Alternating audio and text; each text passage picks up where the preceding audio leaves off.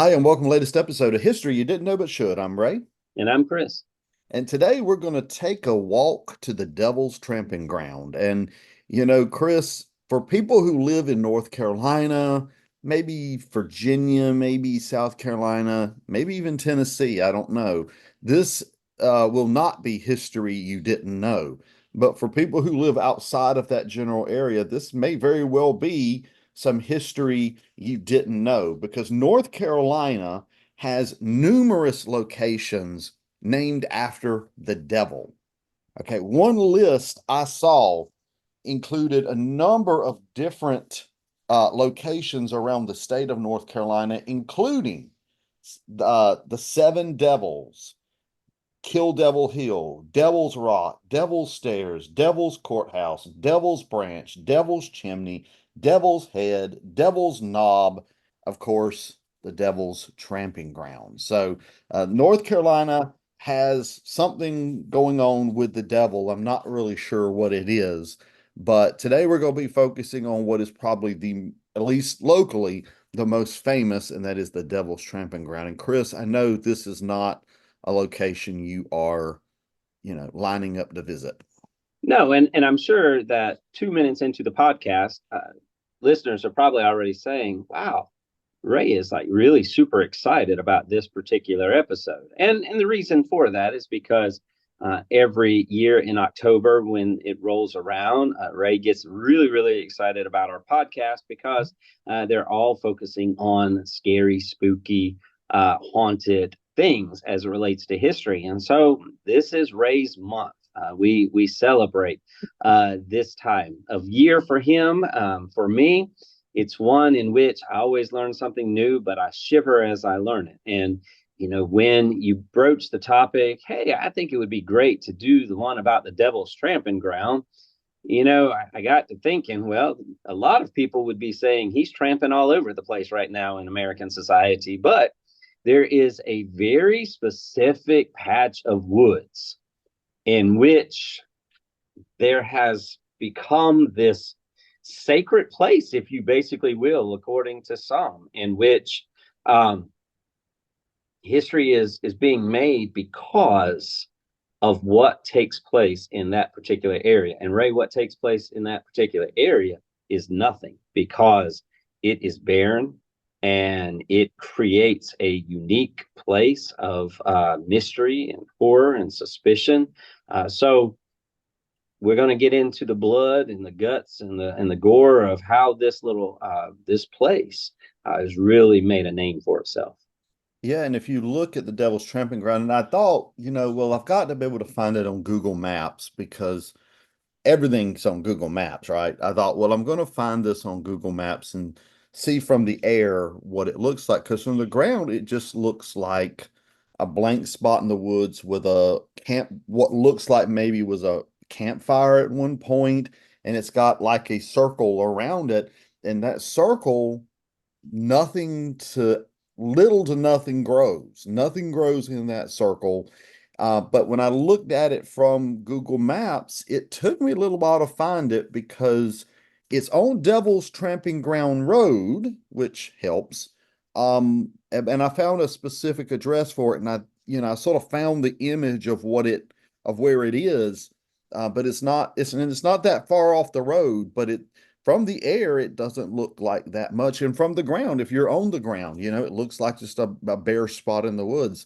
But like you said, there is a lot of theory, there is a lot of mystery about why is this ground, why nothing grows on there. And the legend that we could talk about here is that this approximately 40 to 50 foot area around midnight every night, the devil himself, old Beelzebul, comes out of the ground and paces in a circle a little while, thinking about how he's going to hurt mankind, destroy mankind, or whatever.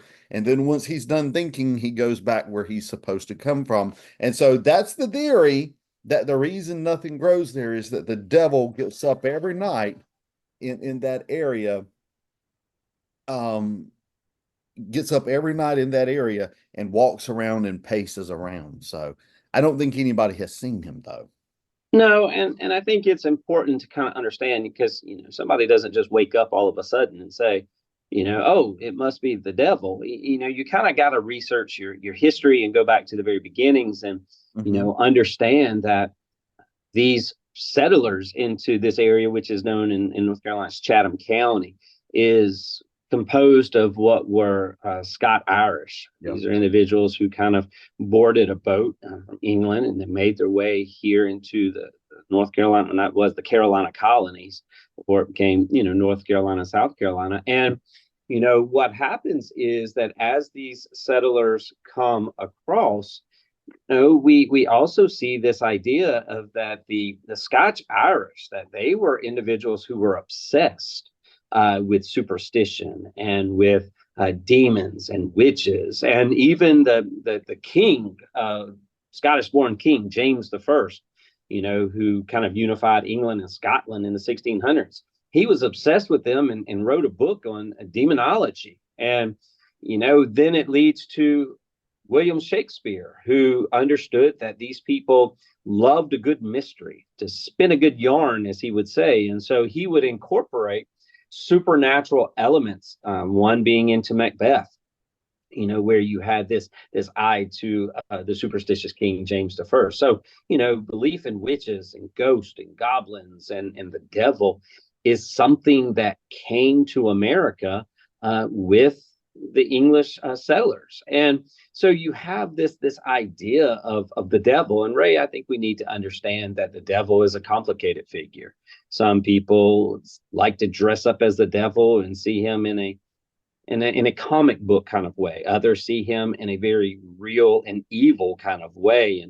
And then some just really pay no attention to the devil as a person, but they see the devil is found in many things, such as idle hands or idle minds or things. So, with all of those things kind of coming into place, you have this original theory that comes out that in this barren patch of ground where nothing can grow, that it is a spot where the devil resides. And one of the ways, that the devil resides is through war.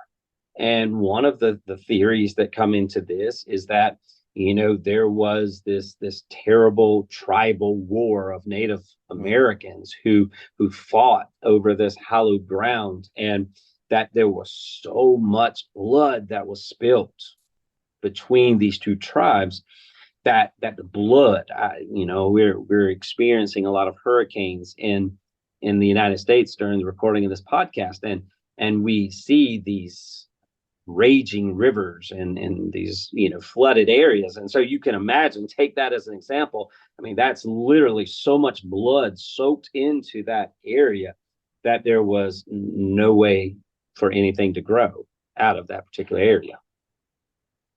Yeah, I mean, so much blood just poured into the ground, and that's not the only Native American or theory that goes back to Native America. But before I get to that, you were talking about the Scots Irish and people like that. And one of the things I always try to emphasize to my students when we're talking, for example, about the Salem witch trials and what they called spectral evidence of crime and things like that, is that people, in the 17th century, in the 16th century, they were far more open to things such as demonic activity, far more open to things such as ghosts and witches and, devil and that kind of thing, as you said.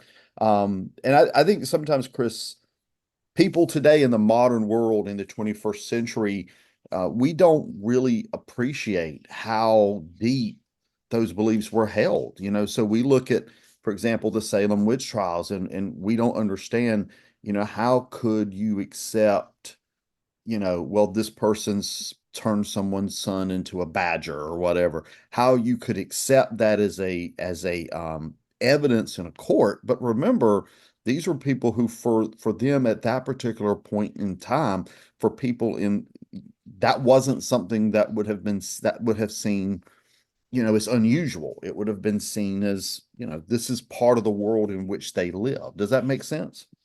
Yeah, I think it does. And that's why it's so important to talk about the traditions of cultures and societies and how they merge with other cultures and societies. And you think about, even we're not talking about it today, but we're moving into scary October and even Halloween, where All Saints Eve and Halloween, you have this battle with religion and darkness, and with the idea that evil is something that's always been prevalent, it's always been around, and how people view it, how people respond to it, it's seen in different ways through different societies, but also the the world that we live in. Yeah. Yeah. I mean, going back then, if I'd have looked at, if we had lived in the 16th century or the 15th century and I said, Chris, do you believe in ghosts? What would your answer have been? Well, I mean, it'd probably be a whole lot different then as it is today. Oh, yeah, very different, very different. And, It I wouldn't. think it just does reflect the different societies. And so you have that, but then the other thing is that this devil's tramping ground is the myths, the legends, the stories continues to evolve even today. This is what I love about history. Math, 2 plus 2 is always going to be 4. Well, You can't not go around. today. You can't go around that fact. Right. That's just reality. But in history, I can take this idea that Shakespeare had and James the First had, and even these Scott Irish settlers who came, and I can say, okay, I can understand that, because one of the interesting theories, if I go with that, is that tribal war that took place in Chatham County between those two warring tribes. Well, the losing tribe, according to folklore, that losing tribe got out of town, and they didn't just get out of town; they left and went all the way to the coast, to the Outer Banks, and that tribe that lost, according to history folklore, you can do the evidence, do the discussions on it, but that losing tribe became the Croatans, and the Croatans are the ones who are responsible for the lost colony and what happened. And we've talked about that in previous episodes. What happened to the Croatans, and they just left, and there's history behind that. So it's interesting how the Devil's Tramping Ground on its own is a really cool story. But if you take that thread and you go with that thread, well, it's not just a really cool, scary story, but it now has historical relevance, because that leads to another historical mystery, which will then lead to another mystery, because, if it's not for the lost colonists getting lost, you don't have Jamestown. And then you don't have the other things. Yeah, and the thing is that the word Croatoan, every time at the beginning of the semester when I'm teaching American history part one, I always require my students to do a paper or essay on the lost colony and the various theories about it. And one that always gets a lot of attention is the mystery around the word Croatoan. And they will point out how many times allegedly in history the word Croatoan allegedly appears. Something of a new theory, I think, but something about the word Croatoan, how it has connections to so many different mysteries. So yeah, I mean it's interesting how it all sort of comes together. And it comes, and let me circle that back around to the Yeah. final part of that theory before we move on, is that tribe lost and they all went to the Outer Banks. But once again, history says that the chief of that tribe died in that spot. And by him dying in that spot, that the Native American gods, out of a sign of respect, not for the devil per se now, but this is for the respect for the great Indian chief whose name was, and you said you did a paper, and I'm sitting here thinking, oh my gosh, am I saying it wrong? The Croatan or Croatoan, as you say, forgive me, I don't know, but that was that was his name. That was a great the Indian chief, and that he's buried there, or he died there. And so the gods, Native American gods, keep that barren as a sign of respect, that here's lies the place, like a memorial marker. So that's full circle. And I just that's what I love. I'm not into the scary stuff like you are, but I'm into the historical relevance of these things. If you're in North Carolina, in central North Carolina, there's a place you can go which can automatically relive some of the earliest moments of American history and cause you to say, wow, our country is unique, it's diverse. And that is found in this little barren spot. And then you start looking at it and you see, well, there's other aspects about this place too. Yeah, connections to other history. And one thing we talk about the Lost Colony, and like you said, we have done a episode on the Lost Colony. Um, I have some family members who, married into the family, that kind of thing, who are not from North Carolina, and they had never heard of the Lost Colony. And I was completely stunned. I was like, how can you not hear of the Lost Colony? And but anyway, I mean, it is what it is. I was just amazed that because I know it's in history books that are, nationwide. Why, how somebody wouldn't have ever heard of it, but I guess maybe outside of North Carolina, maybe it's not as focused upon as it is here.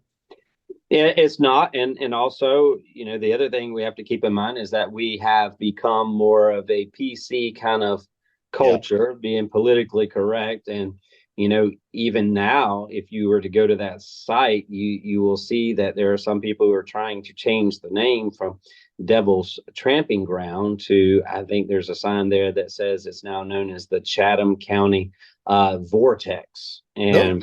and so what's happening is that there is, and I'm laughing because I'm hearing so many different things in our society today that just causes me Hmm. to laugh because it used to be, the great conspiracy theory was who killed Kennedy, right? That was the great conspiracy theories that were out there. But my gosh, now there are conspiracy theorists about the government manufacturing hurricanes. There's, the government's creating this dome. I mean, conspiracy theorists are just going all over. And so now there's a theory that the Devil's Tramping Ground is it shouldn't be called that, but it should be called the Chatham County Vortex because it is the anchor of what's known as a Magdalene crystal column of energy. And I'm not the science guy, and think you are the science guy either, but that there's this theory out of England that the planet is surrounded by a web of divine May Ray energy that is a divine, is an expression of a divine feminine presence, which comes into this mysticism that is there and brings in King Arthur into this as Yeah. well. So you have so much going on for this that now, for the first time, instead of it being a negative supernatural force and the devil, now it's a positive supernatural force because of this divine feminine presence that is out there that keeps the ground perfectly neat and orderly and clean. I'm not making that stuff up. That is just how this story of a small patch of ground in what people have no idea what Chatham County is Hmm. has blossomed into this conspiracy theory. Yeah, that's very complicated, Chris. I have not heard that one.